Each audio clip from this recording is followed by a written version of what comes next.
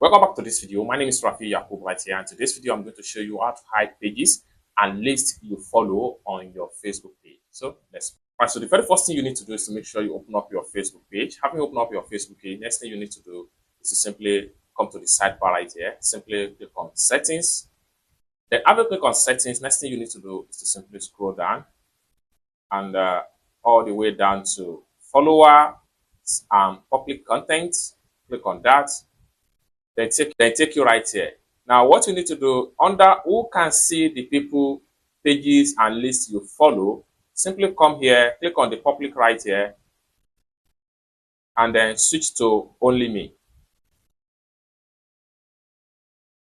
It's as simple as that. So you can see it right here. This simply means that nobody will be able to see the page you follow and the people you follow on Facebook page with your Facebook account or Facebook page account. It's as simple as that. I hope you really got value for this video. If you find this video useful, give this video a big like, and also remember to subscribe to the channel for more useful tutorial about Facebook page settings like this. Thank you so much for watching, and I hope to see you in my next video. Bye for now.